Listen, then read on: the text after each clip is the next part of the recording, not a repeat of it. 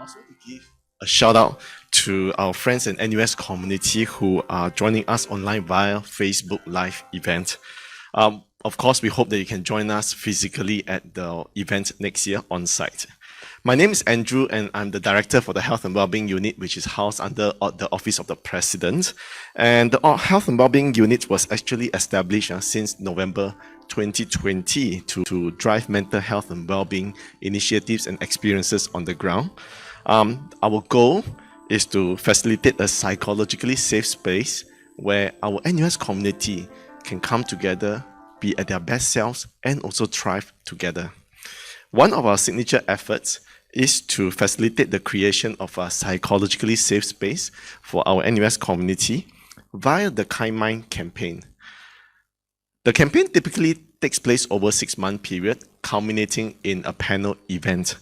And today's Kind Mind panel event is, in my view, the most powerful destigmatization efforts in NUS.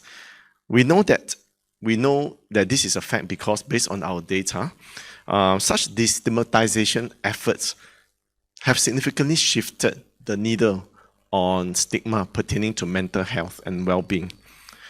Now, we are very fortunate today because we are super honored to have our panelists sharing their lived experiences. Making up the panel is a representation of our NUS community, comprising of our senior leader, fellow colleague, and also student alumnus.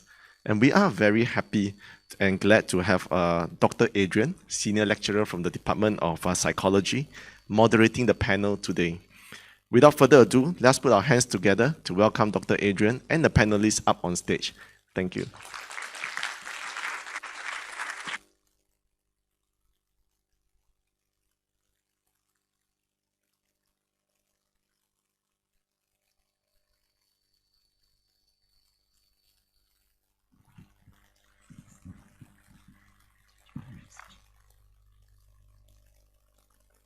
Hi, afternoon, everyone. My name is Adrian. I'm adjunct senior lecturer in the Department of Psychology where I teach, and I'm also a clinical psychologist by training. And this afternoon we have these 3 lovely individuals in our panel, and can I introduce them? So this is Diane. Diane is actually a Chief Legal Officer and a General Counsel from the Office of Legal Affairs. And Dennis, who's seated over here. So Dennis is in the Learning and Development Talent Management role. And Brenda is actually a graduate from NUS, and she's a YouTuber as well as a content creator.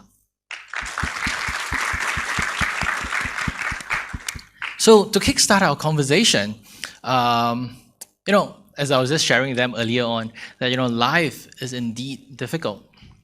And we all have our fair shares of difficult times, and we would like to hear from you. What would a brief sharing about, what were some of the difficult experience that you had? Okay, I'll go first. As you know, I'm a lawyer by training, and I'm pretty sure you know that a lawyer's life isn't that easy. We deal with a lot of difficult decisions every day. There's quite a bit of deadlines to meet, a lot of expectations. Some of the issues that we deal with are very complex. So the stress levels and the demands can be quite great in the job. And on top of that, I think we place a lot of expectations on ourselves. So lawyers tend to be perfectionists. We want to get everything right. We don't like to be told that we are wrong, right? So that's a lot of self-imposed demands on ourselves. On top of my day-to-day lawyering work, I'm also a team leader for my department, the head of department, and it means I have a team to manage. So a lot of my work is also non-legal work, right? Managing people, managing the budget, and so on. I'm also a colleague to others in the leadership role. So I have some of my fellow leader colleagues here in the audience. I have my boss here, Clarence, over there. So there are also expectations that are put on you as a leader, and we have stakeholders that we have to account ourselves to. And one of my other big roles is also as a mother of 3 girls. I would say 3 young women because they're all over 21. That adds a different dimension to my responsibilities and to the demands. So I have a full life, as you can see. Is it working? No, it's gone off. Thanks, Dennis.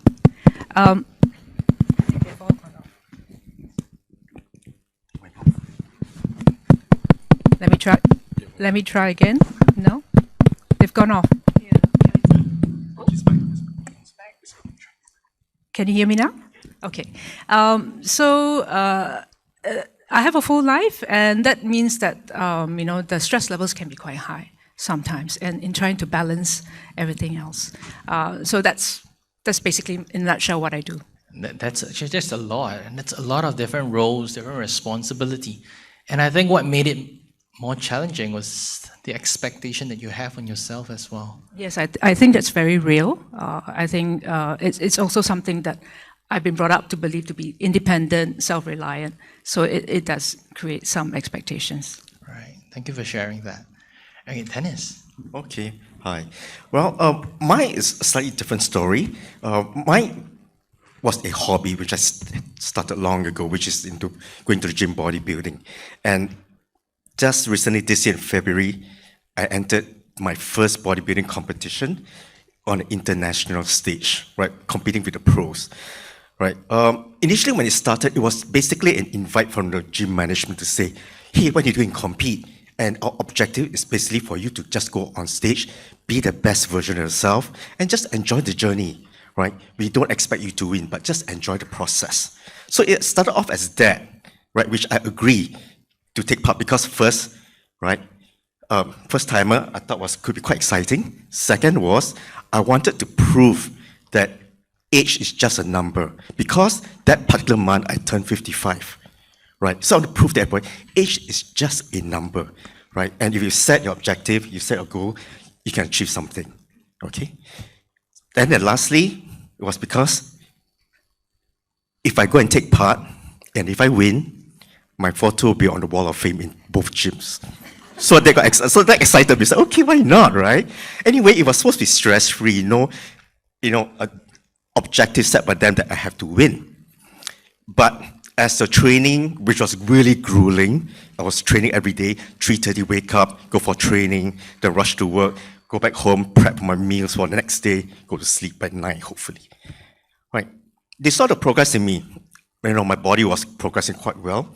And then suddenly one day the management says, hey, he has a very high chance to win a medal, right? If not place first, but within the top 5. And suddenly the objective changed. It became a go and enjoy the process. We don't expect anything. To suddenly, you must win. Do not let us down. We sacrifice a lot, right? Don't let us down. Suddenly the pressure just changed, right? Expectation changed, right? And the stress, when I first started this, I understand what the physical stress entails, what I'll be going through.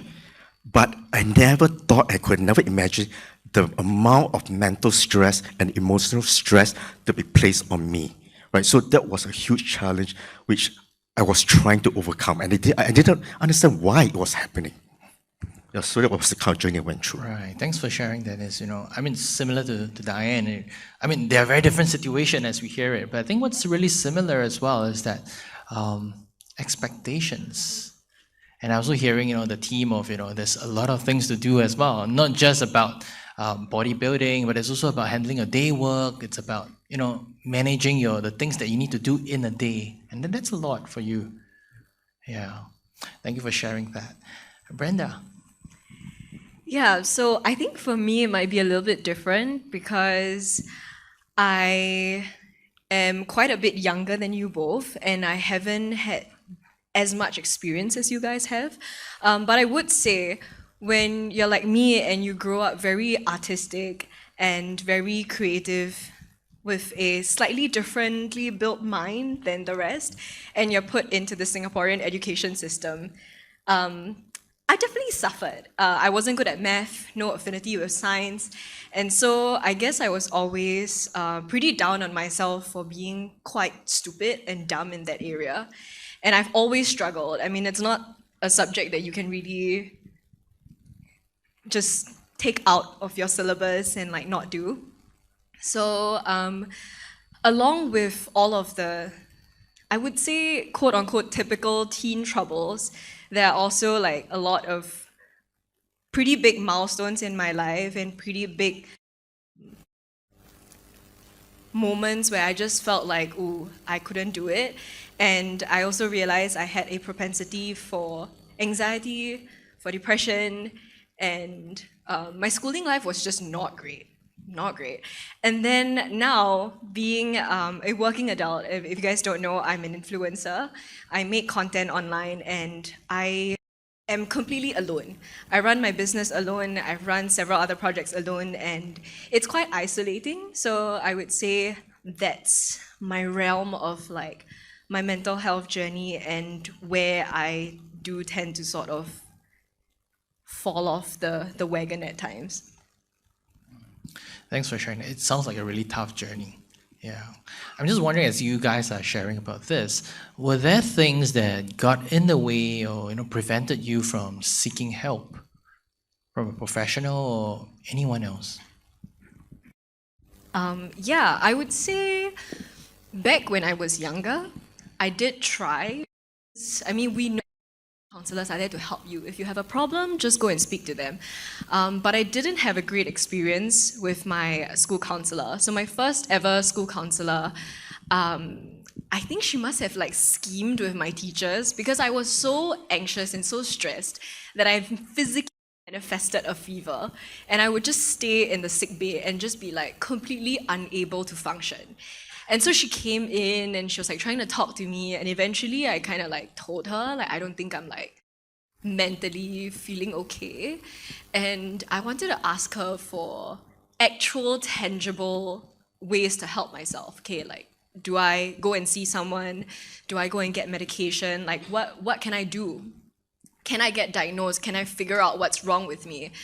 And then she just very calmly looked at me and she was like, I don't think you want to do that. You know, it's going to ruin your chances of getting a scholarship.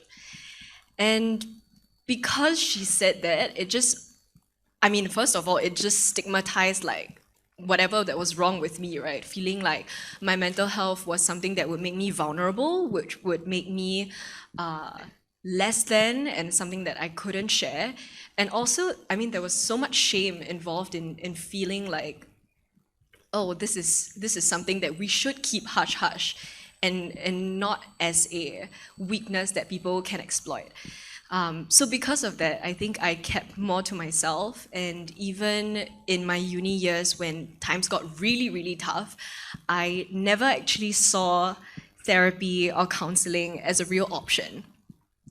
Until I was like, you know what, I'm out of options. The university actually provides free counseling services, heads up, okay? So I put myself on the wait list, and at that point, this was before I graduated, I would say a couple of years ago, the wait list was 6 to like 8 months, and by the time I got my first appointment, I had already graduated. So I'm like, oh dang. So I went there, and then the counselor Carol, she's so sweet. She was like, you've graduated? I was like, yes, but I'm so sad. Please help. And then she's like, okay. So she managed to see me for a couple of sessions, and then show me, like, give me some recommendations for other counselors. But the thing that I noticed that would stop me from getting therapy was the price. Therapy is not cheap. Counseling, just a heads up, like 1 hour could be like around $200.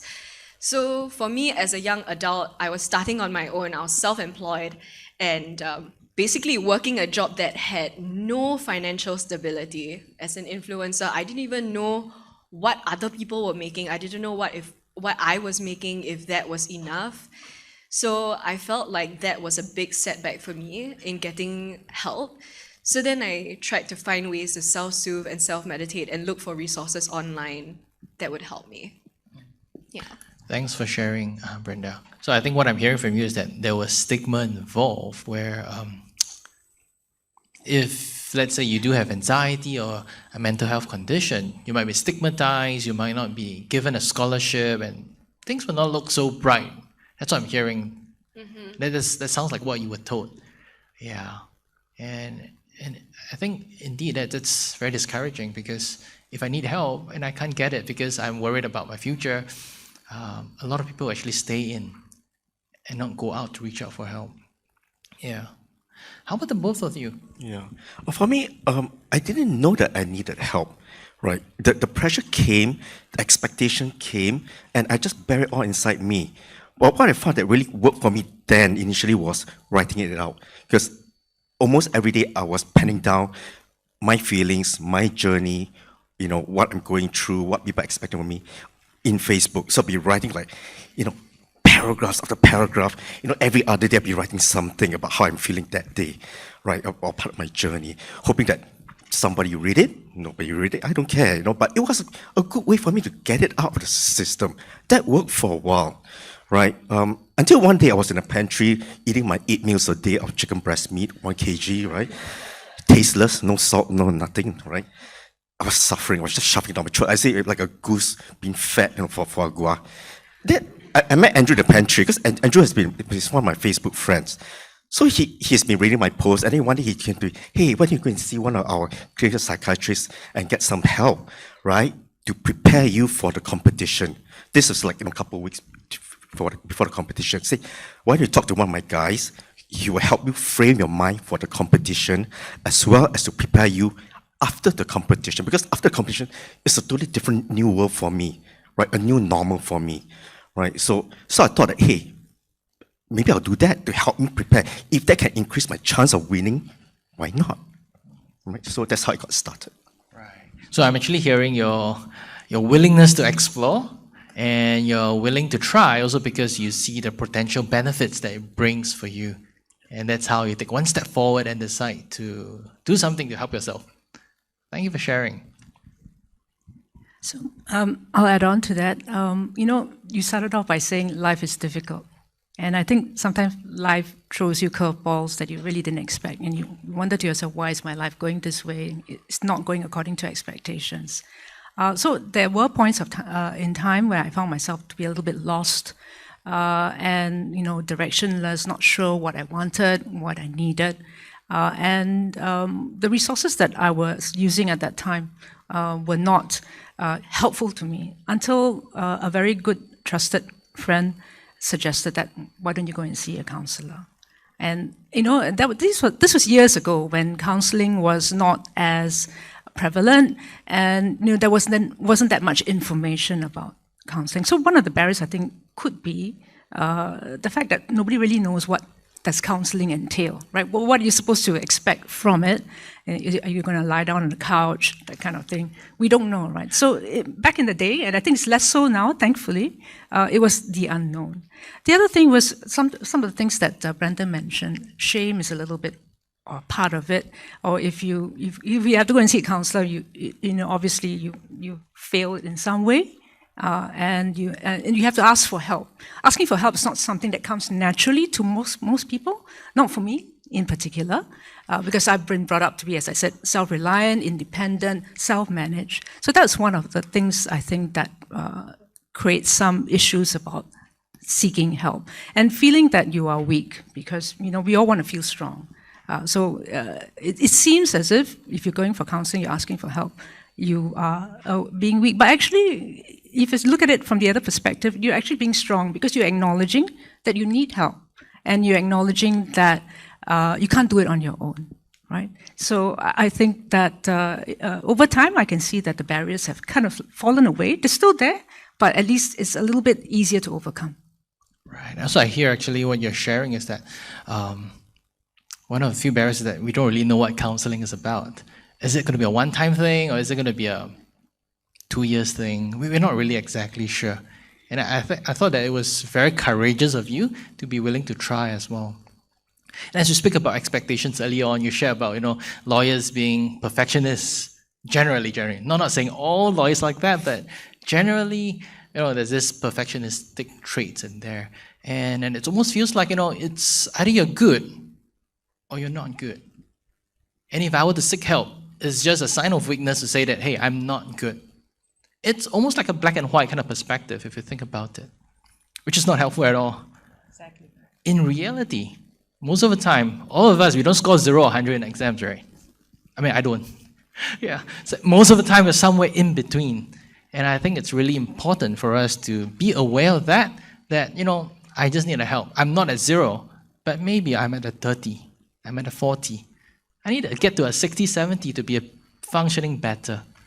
Yeah. And the extra help can be so useful. Absolutely agree with that. Yeah. I also want to add on to another point, like building on this conversation now. I think another thing that sets a lot of people back from approaching help and looking for therapy is the feeling of guilt and the feeling of whether this is even a valid point to bring up.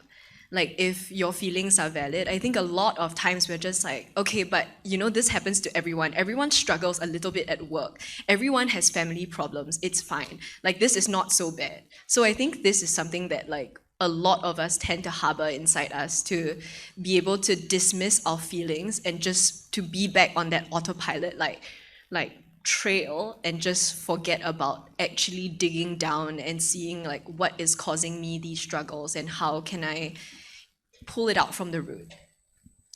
Yeah, I wanted to add also that not just guilt, but also feeling selfish, because that you're doing this for yourself. You're not thinking about other people. And we all brought up again to be self-sacrificing, right? So sometimes thinking of yourself, you're being made to feel guilty that you're thinking of yourself. Yeah. And I think through this process, I think a lot of reflection, a lot of self-awareness is required. Yeah. I'm just curious, as you step forward, what was that thing that motivated you to step forth to seek help? So I think I'm hearing from Dennis early on that he mentioned that his eyes were on how it can benefit him. His focus was on how therapy session can benefit him in his performance.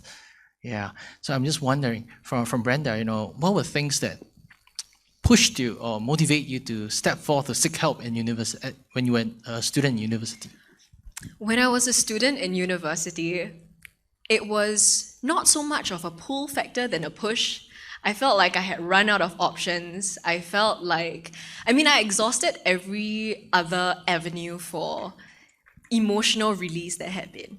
Okay, I'm not gonna get into all of them, that's a bit too much, but just the feeling of, okay, going out to party, right? Coming back, talking to friends, like trying to exercise the pain away. I tried everything to keep myself busy and to keep myself distracted from my thoughts, but I always found that they would creep back in, and every single time, each panic attack, each anxiety would get even worse and worse, and I just felt like, okay, there's this overwhelming sense of I need to do something about this. So out of sheer desperation, I reached out. And it was funny because I think I also wasn't very aware of what resources were available for me. I never really looked at University of Counselling Services as a real option, like UCS. I was just like, okay. And then also there's that sense of like, I don't want to be selfish, right? If I can deal with this, I'm not gonna, clog up the wait list. I'm just gonna let someone else who needs it more, like get a slot or get a time. But for me, I think out of desperation, I went for it and I showed up and I had that counseling session and I realized, wow, this is different. I was being asked difficult questions that I had to articulate and answer and express. And from there, that was the real benefit, because it doesn't get better from one session of counseling. It doesn't, oh my God, I offloaded everything. I feel so great now. It's not like that. It's more of a non-linear kind of recovery process where you dig deep into yourself. You understand why you are the way that you are. You validate your feelings. And then you also learn actual practices and actual healthy habits on how to get better. So from counseling, I learned okay, I have to shift my mindset. Cognitive behavioral therapy, right? Just throwing out words. And also just being able to instill barriers and footholds for yourself in case you fall and you spiral, so that you can get back up sooner, so that you can catch yourself while falling. So these are some really helpful things that I've learned that I wouldn't have been able to if not for therapy. Thanks for sharing. So I think one of the things that actually pushed you to step in therapy was out of desperation. Mm-hmm. I'm so glad that you found therapy to be helpful, and I'm so glad that you manage to find resource that's available for you as well. Yeah. How about Diane? How about yourself? Quite similar to what Brenda said. It's, you at some point you reach, you think to yourself, I kind of run out of options, right? What do I want to do? Everything I've been doing hasn't really helped. So I took up this, not really expecting very much, not really knowing what I was getting into. Why not try it, right? Because it couldn't be worse. It could only help. And to my surprise, it did help because I felt that I found someone who could listen to me objectively, without judgment, who I felt like was on my side, was there for me. And it was useful for me, and because I connected with the counselor, I found it beneficial. And importantly, it helped me clarify my thoughts. It helped me understand myself a little bit better. And as Brenda mentioned, you get tools from a counselor to help you manage some of those feelings, some of those thoughts that you are having, so that you can manage your feelings, you can manage your behavior in a more positive and productive way. So in that sense, for me, counseling was useful, and it was more of like, why not try it? It could only help. Okay, can I just add one more question to that? Because as I'm hearing about, the cost of attending counseling sessions is high, because we spoke about stigma, we spoke about barriers, but at the same time, I'm hearing the benefits of therapy sessions, of counseling sessions. I'm just wondering, how do you weigh the cost and benefit to decide that, hey, it's time to step up? I think for me, I'm lucky. Therapy is not cheap, so I could afford it. I know that not everybody can afford it. So it's a question of doing some of it. Even if you can't do it every week, you can do it once a month. You can do it a little bit longer periods. But having someone to check in with you every now and then does give you a sense of perspective, a sense of balance, and check-in points along the way to see whether you are doing better. So even if you can't do it on a weekly basis because it's too expensive, maybe on a monthly basis, quarterly basis, whatever you can do, whatever you can afford, and look for other available options, because I know there are a lot of other available or maybe free or subsidized counseling services out there. Well, thanks for sharing. We have come to this point where we're going to take in questions, the Q&A. Let me see what questions we have.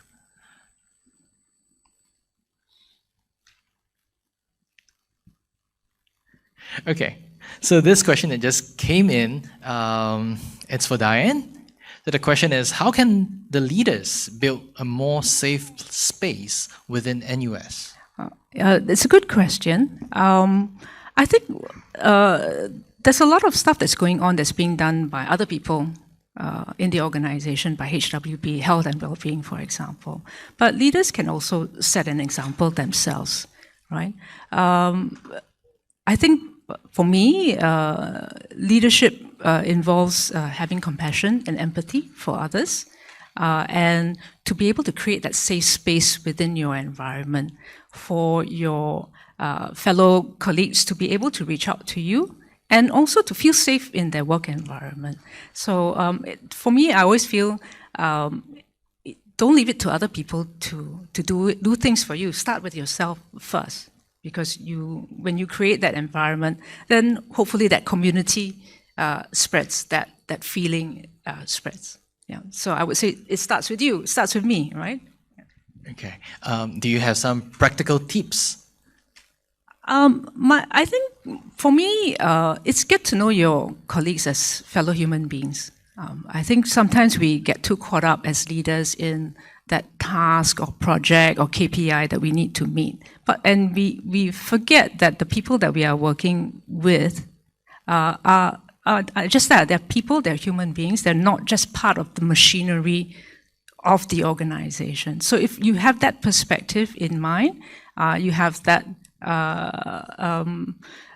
thought, it will help. And I think having conversations with your colleagues, with the people that you work with, and getting to know them as people. That helps, I think, as a start. That sounds like very nice tips that we can share. Like building, like you said, building a community, a network of people that can provide support to you. I think that's very helpful. Thanks for sharing, Diane. Dennis, I've got a next question for you, and it's also very related to some of the experience that you've gone through. The question asks, how to deal with increasing load of work without any support from colleagues? Well, I guess I was quite fortunate that I do have really good bosses and a fantastic team to support me. Other than that, I think it was a lot of trying to balance my work, right? Going for the training early in the morning, from there to rush to work. I had to plan out what I need to do, what is important, what's critical, and what is not, what can be done today and what cannot. I have to postpone. So I got to juggle that, which wasn't easy, was quite stressful at the time. So that always ended up me going back home mentally exhausted, right? But it's kind of got used to it because I did that for 4 or 5 months in a row, right? Literally without any break. So I came in the office, I had to juggle, I had to think about what I have to do now, what I have to postpone. So of course, suddenly, occasionally I do miss something gets backlogged, then my boss will start chasing me, that I put, double the time, I gotta get things out as fast as I can, right? Yeah, it's a lot of juggling, and it's definitely not easy. It's a lot of juggling, and you're very fortunate also to have like supportive boss, like you mentioned. I think that's a really good thing to have. Just to add on to that question, if, let's say, if your colleagues are not supportive or less supportive, how would you have responded differently? Of course, I'll try to seek their help if possible, but in the event where it's not possible, I'll very likely end up taking the load by myself and working, burning the midnight oil to get it done, and sacrificing my lack of sleep, which is things I've done before in the past. So I'll probably end up doing that. Right, and that sounds quite tough as well. Yeah, I guess another way that we could possibly explore as well is also the possibility of scheduling stuff. I guess making plans around things. Yeah, I really thought that it was really good that you were able to plan, like, certain hours you got to wake up and plan for your meal prep and stuff like that. I guess in the very same way, we can use similar strategies where we allocate specific time for certain things to happen. And by doing that, you kind of like make the workload less heavy. Yeah, make it lighter, right? Yeah. I think we also need to bear in mind that not every piece of work is important and critical or needs to be done immediately, right? So we need to identify what needs to be done now, what can be postponed to tomorrow, or what, can be postponed to the next week, right? And then from there, you're able to balance the work and get the right things done at the right time. Okay, so I think I'm hearing the concept of prioritizing. Yeah, I think there's this 3P that I'm exposed to that can be helpful. I mean, one is planning, which I spoke about. I think prioritizing is another important P. And the last P is about pacing yourself. You don't want to burn yourself out. I think pacing is a very important thing to do as well. Thanks for sharing.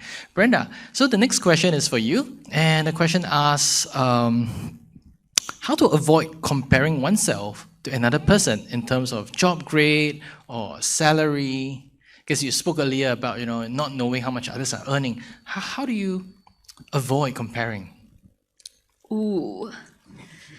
Cannot relate, right? In my job, standing next to people who are professionally beautiful and I am not. It's difficult, right? I think it's unrealistic to expect yourself not to be comparing. And I think that as long as, for me personally, the mindset that I have when I'm looking at other people on Instagram is not to compare myself in terms of what I don't have, but in terms of ways that I can improve. So I like to follow I do a lot of pottery and crochet. And I follow a lot of these artists online, and I use their work as inspiration. So it feeds back into a positive loop for me versus viewing very beautiful models that clearly don't look anything like me and feeling really bad about myself.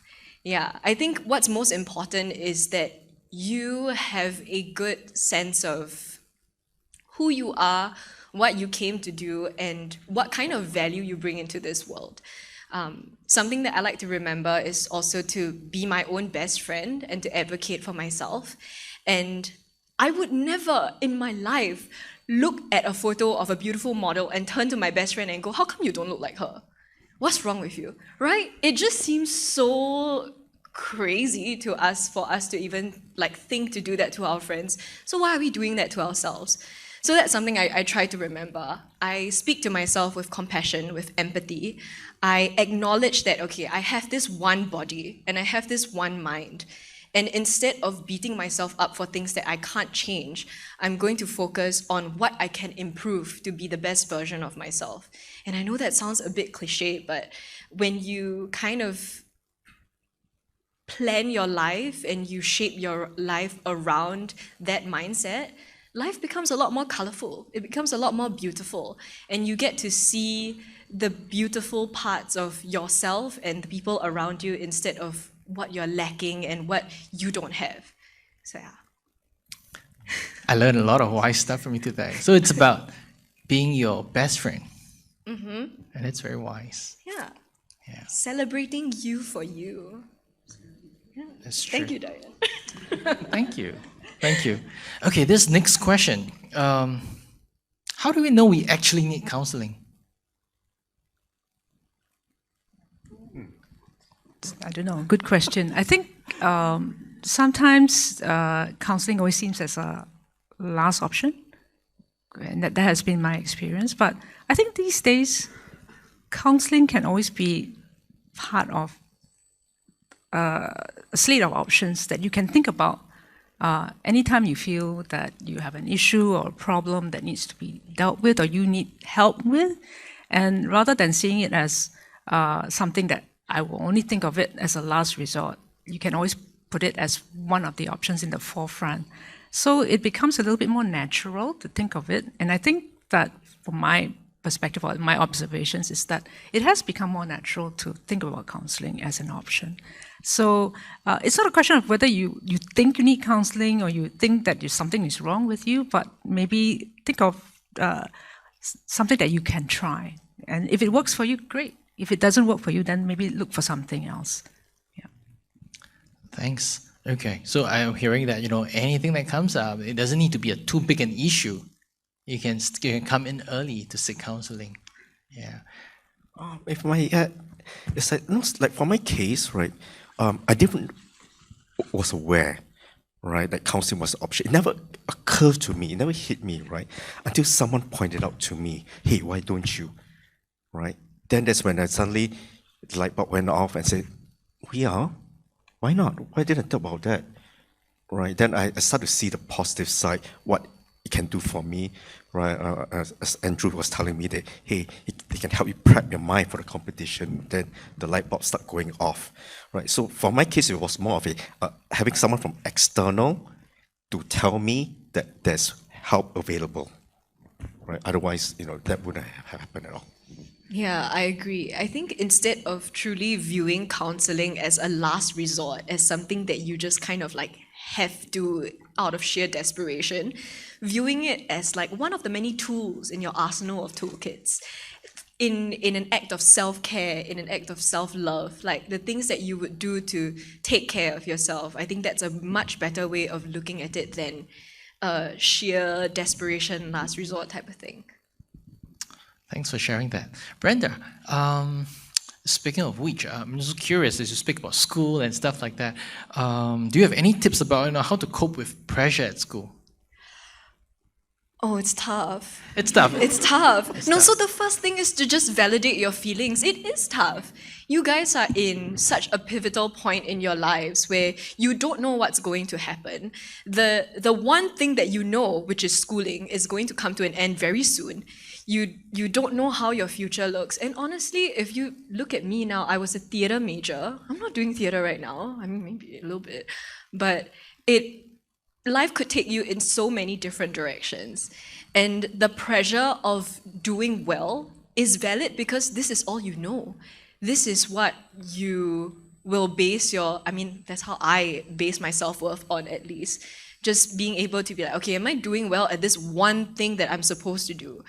So after validating that, I think when you have, for me, what helped was having other avenues of my creativity, having other avenues of like my passion, my projects.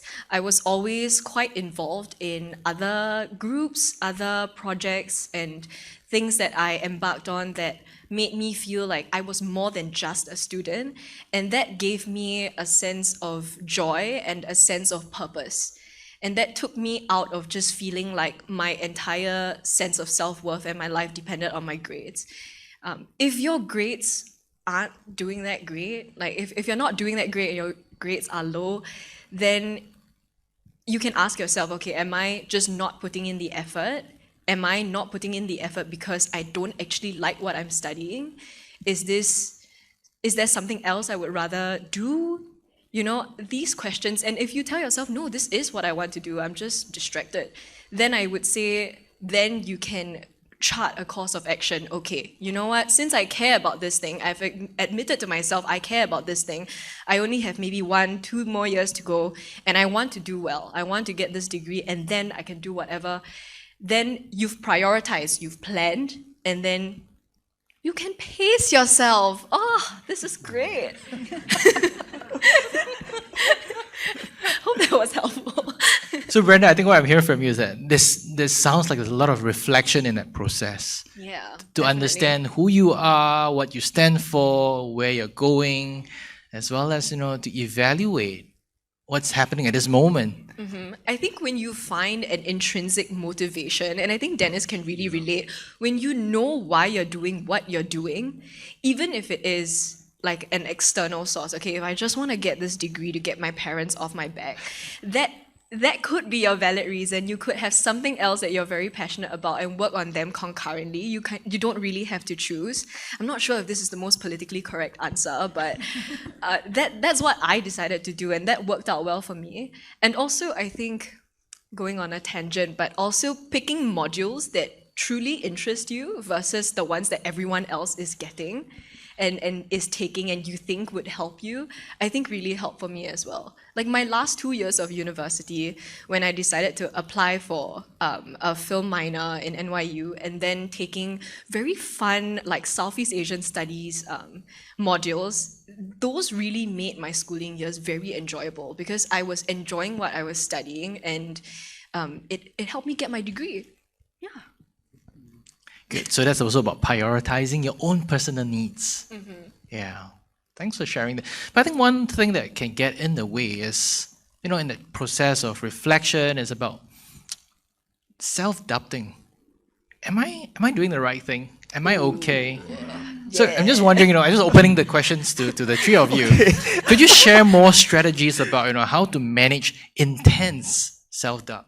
Okay, if I may share, the self-doubt and the intense was huge, it was enormous, right? Look at me, an amateur trying to compete in international stage with a professional.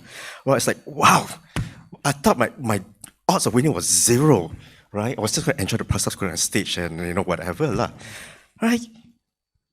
Then the motivation started coming in. I keep reminding myself, why am I doing this? Why have I started this journey? And therefore, I must complete it because there's a goal for me I want to achieve.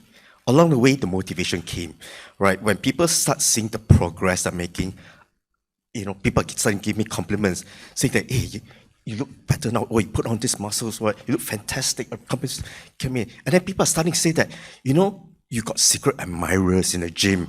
I'm like, oh, really? My PDB is showing me all these messages from other clients who are like, they felt motivated by what I'm doing, right? They said that I'm an inspirational. I'm like, me inspirational? I never thought myself being inspirational, but that feeling, I went on an ego trip, literally on an ego trip, okay? I felt really good, and that also kind of pushed me, right? It added the fuel to the fire and pushed me and motivated me to carry on and push harder. Right? And at the same time, I keep telling myself, of course, the external pressure of don't let us down. We sacrifice a lot for you. Right? I was telling these two ladies, like, I had to go on a 1-month zero carb diet just before the competition. Zero carbs, I tell you. And that was, if I use the H word, hell, right? You know what zero carb does to your mind? You know, it deprives you of happiness. Zero carb, imagine, 1 whole month, no carbs. I have no happiness in my mind. I was in total depression. I was thinking all the bad thoughts, nasty thoughts whatsoever. Nothing pleasant. All right, until one day I just couldn't take it anymore. You know, I had a box of, the Oreo cookies on my desk, right, Blackpink, right?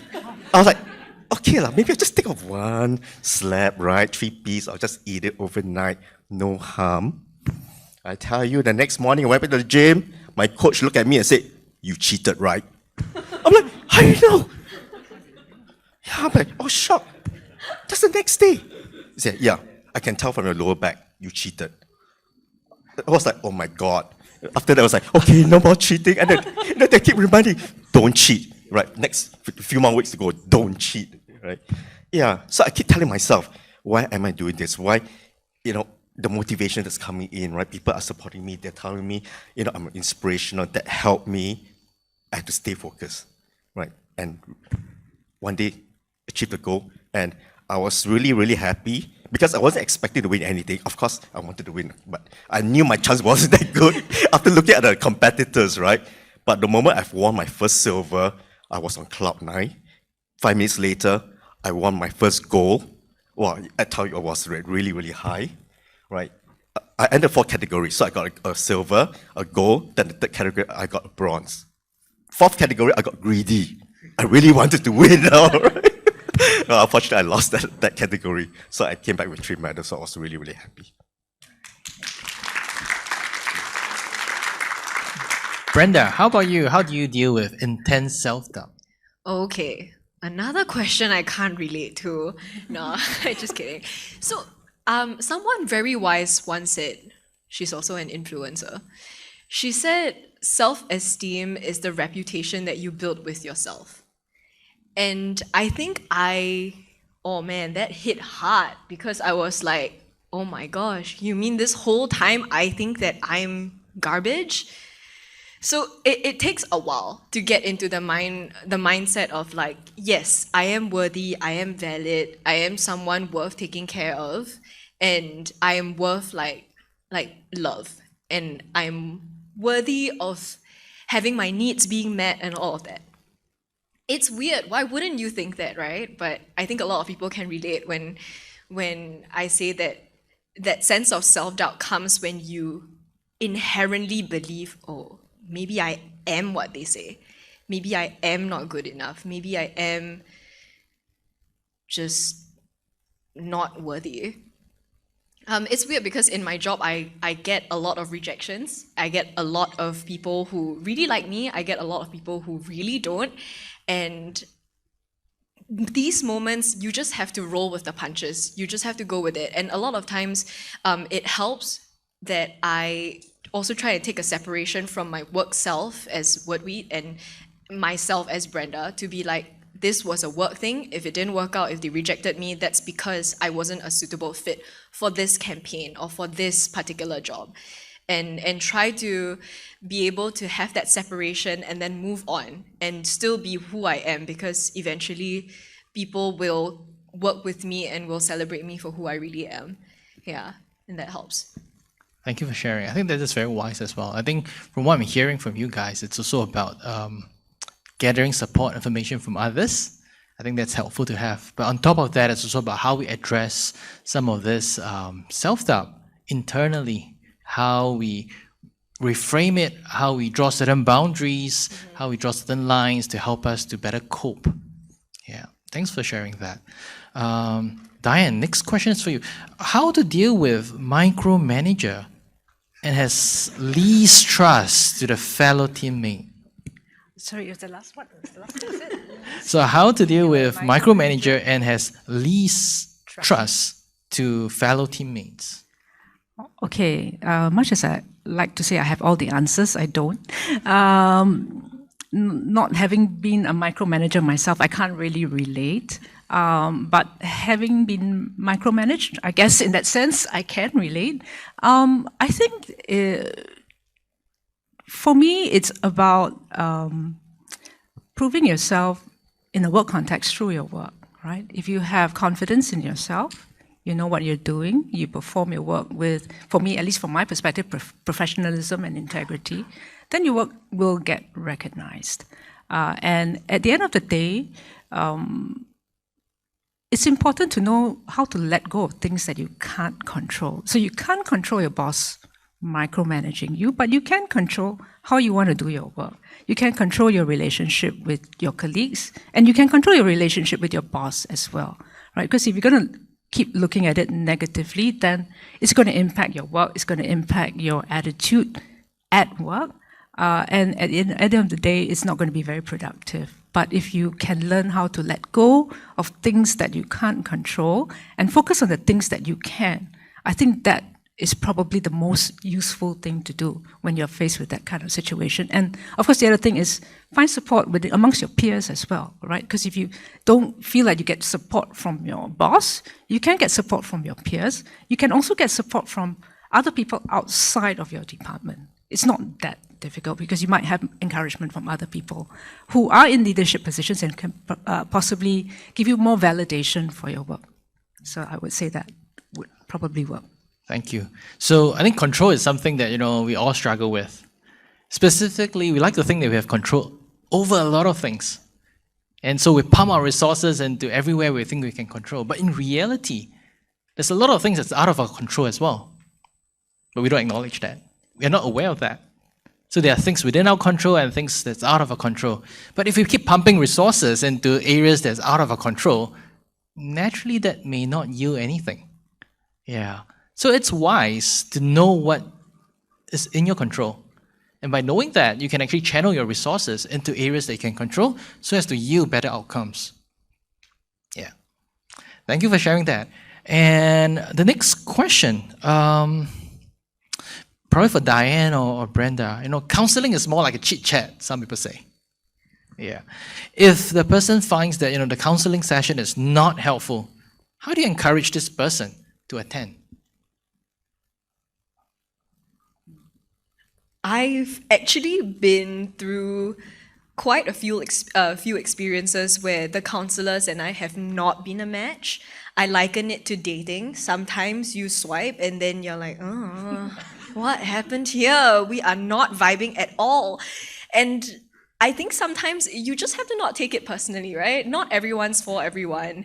I've been in situations where, counselor told me, hey, you don't want to tell people that you have this, it'll affect your scholarship.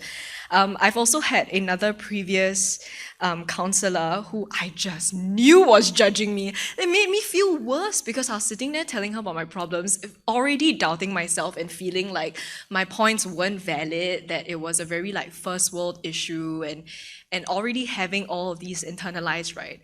And then it just seemed very clear that she had zero empathy for me and that she was really just like, what is my life? So I decided to stop seeing her, and I went to look for counselors that would match what I would need the most. So I think it helps to be more, just like in dating, have more of a critical eye going into it. What do you want out of the sessions? I think it helps to also plan your goals. Okay, so I want to be able to regulate my emotions better. I want to decrease my durations of panic attacks. Stuff like that. And then you also want to look for someone who would be suitable for you.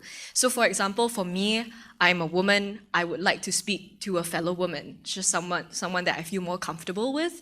I'm also queer, so I would like to meet someone who is queer friendly. And these are criteria that I would look out for. Right? Obviously, it wouldn't help if I were to go to someone who is very, very Christian and, homophobic, and it wouldn't be a good match.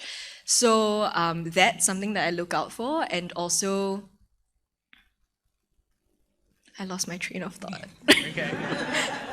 I'll jump in to help you to say that counseling is not really a chit-chat session. Yes, I want to say that. Because it is, yes, the counselor has to talk to you quite intensively to get to know you, to understand you better so that he or she can help you. But it's not all about talking all the time. Sometimes it's about reflecting. And sometimes there are there's homework for you to do, right? You take home homework. They give you things to think about, to take back, and then you discuss the next time you see the counselor. And they give you tools to help yourself regulate, whether it's your feelings, your emotions, or practical tips on how to manage some of these day-to-day things. So it's not really just about chit-chatting. But I agree with Brenda. It is about finding the best fit for you. So not advocating doctor shopping or counselor shopping, but find someone who actually is your advocate, right? Who is there to help you with your objectives, as Brenda said. What is it that you want to get out of the counseling? If the counselor is serving that, then great. If he or she is not, then maybe find someone who can help. Yeah, and I think to add on to that again, it's also very important what you do with the information that you gain in these counseling sessions. Like if you leave all of your emotional processing to that 1 hour, then that benefit is only going to last you for that long. If you take the tools that your therapist or your counselor has given you, the worksheets, the reflection, and you try and incorporate it into your daily routine, whatever that helps you, if journaling helps you, meditation helps you, or simply having these tools, like in case of a panic attack, for me especially, I found that these help me for a way longer span than the actual counseling sessions last. Thanks for sharing that. Just to summarize, counseling is not a chit-chat session. It's really about building our skills. And I think, like I think what you guys said, it's also very important to go in and also to share very specifically what you need from this session. So a lot of the time I tell my patients that, you're not going to see me forever. Yeah, it's not healthy for you to see me forever as well. So let's start with the end in mind. So do you know why you're here today? What do you hope to get out of, let's say, our 15, 20 sessions together? What do you hope to get out of this? And starting with the end in mind, I mean, you don't build a house, just on the go. You need to build a house knowing how many levels you want, how many toilets you want, and so on and so forth. So I think it's same as counseling session. We start with the end in mind. And I think another good point that you guys brought up is also, it's good to find a good fit. Yeah, and you wouldn't know until you enter the therapy session. Yeah, and if it's not a fit for you, well, let's maybe give it one more try. Still not a fit, let's try something else. Or let's be very intentional in our search. Yeah, like for example, I would like a male therapist or a female therapist to be very specific. Yeah, thanks for sharing. Dennis, I'd like to ask you a question, and not me, the audience. How can we help people who have to work long hours, 6 days a week, to support their family to learn and take action concerning their mental health? That's a tough one because I went through that. Imagine 4 months, no support. Everything I had to do myself, from waking up, going to the gym, exercise, going to work, grocery store, cooking, prepping meal, sleep, 7 days a week, 4 months. It was tough. Weekend, the routine's the same. I was doing half the things with my eyes closed, but couldn't stay awake. While I was driving at the red light, I would close my eyes just for a few seconds because I needed a rest. It's tough not having that support. Initially, I kept to myself. Right? I didn't ask anyone for help. Right? Until that day when I blew up, I started writing some nasty stuff on Facebook, and my relatives, family start reading it, and then they realize something's not right. Right? My aunt immediately messaged me, "Are you okay?" And I told my aunt, "I'm just so tired." And out of concern, right, the relatives start getting together and start talking. And finally, I asked my mom for help. "Can you please help do the grocery shopping for me and do the cooking for me? Because I'm just so tired every day," right? That helped a little, Telling someone that you need help, finding someone that is able to help, no matter how small the work is, it's a huge relief to know that someone can help you do something that help release the stress from you, no matter how little it is. It's a good feeling, right? So I got some help finally. I didn't have to worry about the food prep anymore, the grocery shopping, so that saved me a lot of time, right? So I think being able to approach somebody and ask somebody, be it your friends or your family members, to say, "Can you please help me? Do something for me." right? Take that first step and ask, right? The worst come to worst, they reject you and you're back to zero. But who knows, they may say, I can, sure, I can help doing that. And that helped relief. And I even talked to friends, and friends was like, if you want to, I can cook all the meals for you and deliver it to you. Of course, if you pay for the cost, right? Right, yeah, it's no free meal, right? No, you're not gonna pay like $400 worth of chicken breast meat a month, a week, free, right? Yeah, but you know what, when you start telling people about it, what you're going through, you ask them for help. Or even if you don't ask them, they may offer you help, some support, right? Yeah. Thanks for sharing that. I think one thing that I'm learning from you is to be very specific, to call out to someone, say, hey, so and so, I need help in this area. Would you be able to help me? I think that's also tied very similar to, you know, when you do CPR, AED kind of course.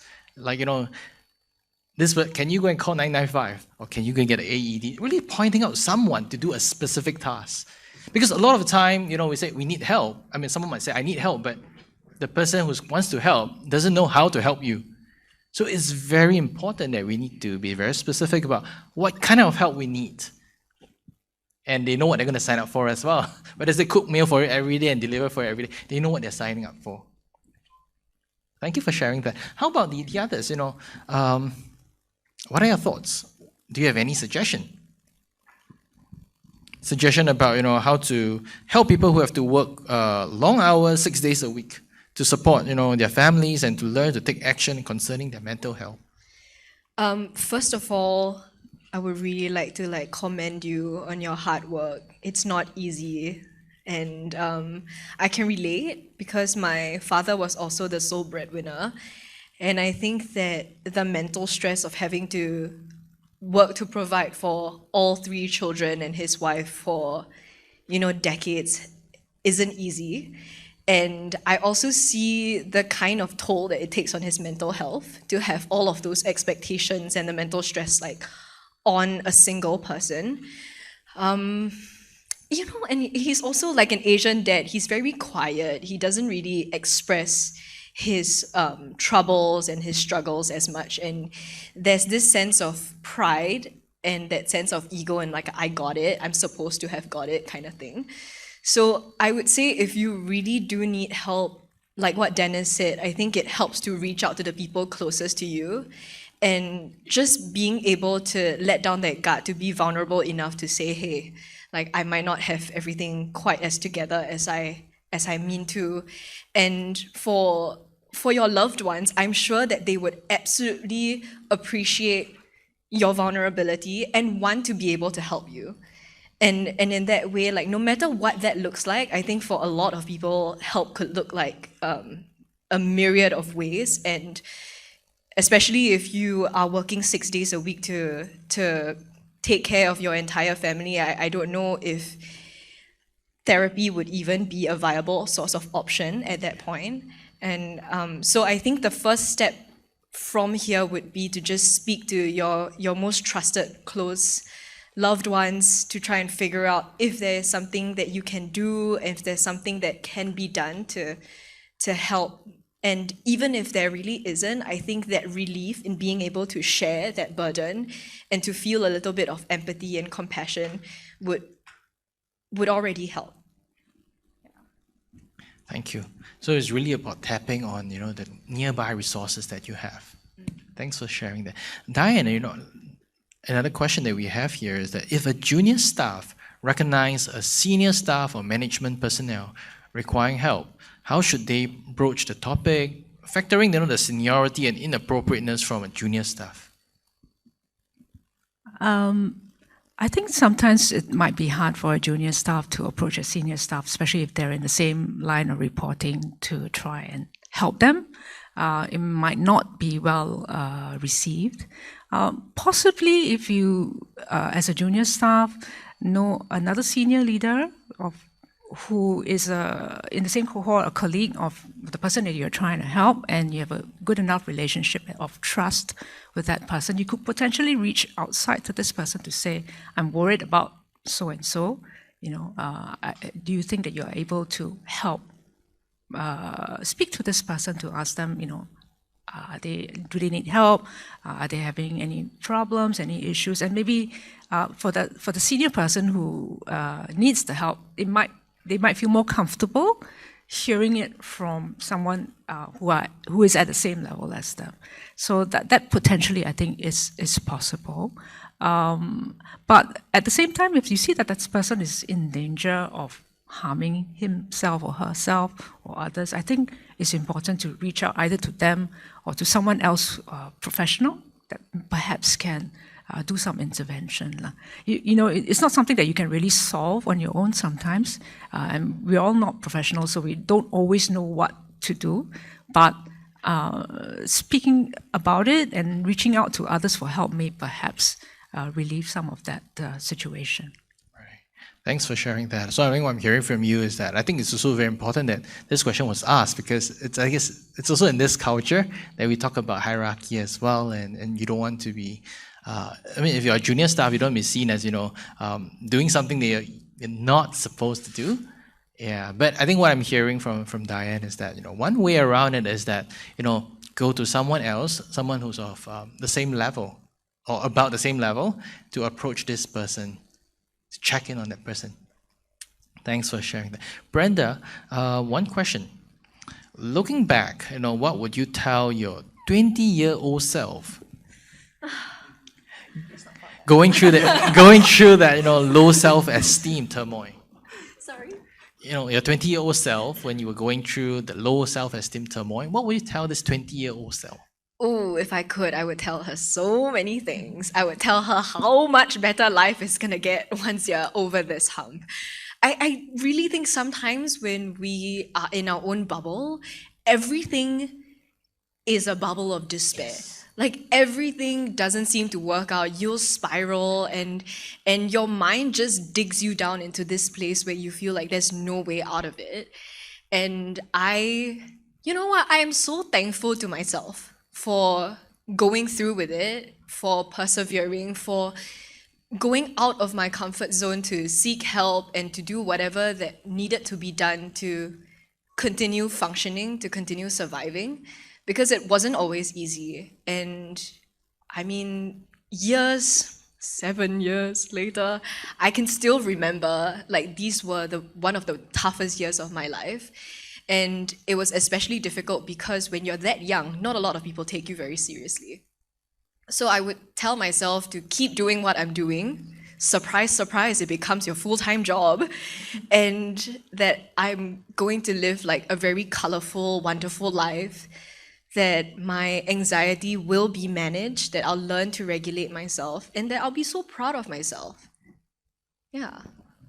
Thanks for sharing that. And thanks for asking that question. I thought it's a very good question to ask. And I guess even as I reflect, what would my 50-year-old self or 60-year-old self tell me at this point of my life? And I think that's something to work towards as well as I review these statements. Well, thank you for your time. But before we go off for today, do you have any advice or wise words that you'd like to share with the audience today? Shall I start? Yeah, you can. Okay. I think for me, just sharing my experience of what helped me or what helps me still today is really finding someone that you can trust, that you can speak to in a safe space, right? And giving you that outlet to let off steam, vent, whatever you want to say, relieve that pressure that comes from all the stresses, your daily stresses, whether it be at work or in your personal life, because that gives you an outlet so that the steam is let off, you don't go to a downward spiral of negativity. So that's, I think, one thing. And if you can find that person, whether it's a person who's within your family, a good friend, can be your counselor as well. You never know, right? At least you have that ability to let off steam. The other thing I wanted to say is that, I'm a great believer in the notion of small things can add up to a big thing, right? So you don't always have to do something in a big bang way. You can always do things, start small, start with the little joys, right? If you like, if you're a foodie like me, go out and get a coffee somewhere, right, Andrew? And, or you like traveling, then, travel, but that's also quite a big thing, right? You can do other things. You can go for a walk in the park. So being in nature actually also helps. For me, I love cats. I have 4 cats, 1 dog, and spending time with my with my 4 kids makes a difference, right? And it's a family bonding thing as well. Because me and my girls, we laugh over the silly things that our animals do, right? So all these little small joys can add up to big joys, and they add a little more color to your life. So I said, so don't be afraid of just doing little things, because that's going to help you along the way. Yeah, I was going to say the exact same thing, because that really helped as well. Like when your life is monotonous and it's filled with that one thing that you dread, it becomes so much more difficult. But when you can break it up with little things, like even within a week, if you go for a class that you enjoy, if you do a project that you enjoy, and it could be something so simple as like crayon and paper and drawing something. That for me is something that brings me joy. It could be cycling, it could be going for like a quick run, it could be watching a Netflix show. It really could look like anything. And I think the biggest thing for me is that don't gatekeep yourself from what you enjoy. Don't feel like it's lame, it's embarrassing. If you genuinely love to sleep, just sleep in on the weekends and you'll feel so much better. You'll wake up more refreshed and you know what? I did the thing that I like. Okay, now I have to do this other thing now, and then I can look forward to the next time. And the other thing that I was gonna say about talking to my 20-year-old child, my 20-year-old self, my 20-year-old self is that life will never go according to plan. But that's kind of the joy and the beauty of it. If you plan your entire life from when you're 17 up until you're 45, where's the surprise? Where's the element of fun? Where's the color? And I think like for me, going through life and being served these curveballs, as Diane said, they shape me to the person that I am today. And once I get over them, I'm so proud of myself. I have this, it's not a chip on my shoulder, it's a badge.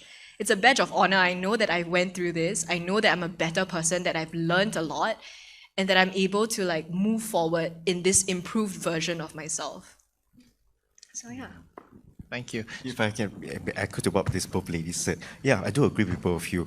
Like for my case, that one goal was huge, right? Wanting to win, wanting to be in that peak form. It was impossible. It was a huge goal. So what I did was I broke them into what's that I say, small little goals. First thing, 6-pack. Must get that 6-pack, right? Of course not, it's back to 1-pack already. God. Mermaid line, next. Yoga, do the crow. The V, yeah, right? Then yoga, I must be able to do the crow stand, head stand. So all these were all little goals that I set for myself, right, within that 4 months, so that I can achieve that final goal. So whenever it's a small little goal, but the moment I hit it, that sense of, achievement, right? It's a huge achievement. I felt so good that I was able to do it, and that fueled me to go for the next goal and then the next goal, right? And as what Brenda said, do something that makes you feel happy. Okay, just like a couple of days, like a few days before my competition, imagine I was so depressed, not because of just exercising, but the food, and also I was on water restriction diet too, surviving on 250 ml of water per day, right? Dehydrated. How moody I was so freaking moody. Right, and I had to do something happy to make myself feel really happy. I went for a photo shoot. I tell you, it was such an enjoyable experience. It made me feel so good for the whole day until the next day. Yeah, so do something that you find that's really enjoyable, right? To lift up your spirit again, to make you feel happy. Yeah, that helps to break that, that depression mood they're in. Right. To sum up this thing about self-care, caring for yourself, I'm hearing that it's intentional. It doesn't happen by chance. You need to be very intentional to put it in your schedule that, hey, I'm going for a photo shoot, I'm going to spend time running, cycling, swimming, I'm going to spend time with my kids, with the cats and dogs. It's intentional. It doesn't happen by chance. So thank you for sharing that. Thank you. Okay, thank you everyone. Thank you. Thank you. Thank you, everyone. Okay, in closing, these are some resources that staff as well as students can check it out. to know what resources are available that they can tap on. With that, we close this session. Have a good afternoon ahead.